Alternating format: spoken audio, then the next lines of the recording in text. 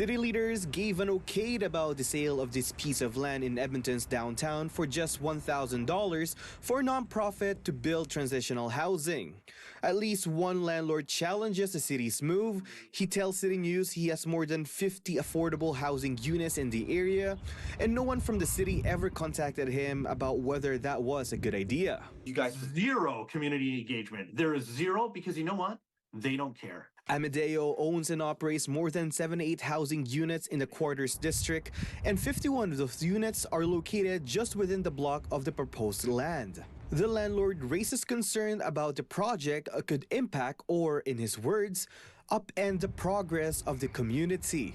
If we look at where other homeless shelters exist, there's basically the homeless shelter there, and then there's an entire series of cottage industries and encampments that surround homeless shelters that are full of people that don't want to be inside the homeless shelters because they can't do drugs in the homeless shelters, they can't have weapons in the homeless shelters. The land between Kennesaw Park was valued at $3.4 million, and selling it for $1,000 has been unknown to some residents and stakeholders, including Amadeo. On October 31st, City News reached out to the nonprofit asking for a statement saying, "We are truly grateful for our neighbors' support of our proposed building and look forward to continuing our journey as a neighbor in the community." But for him, it's a different story.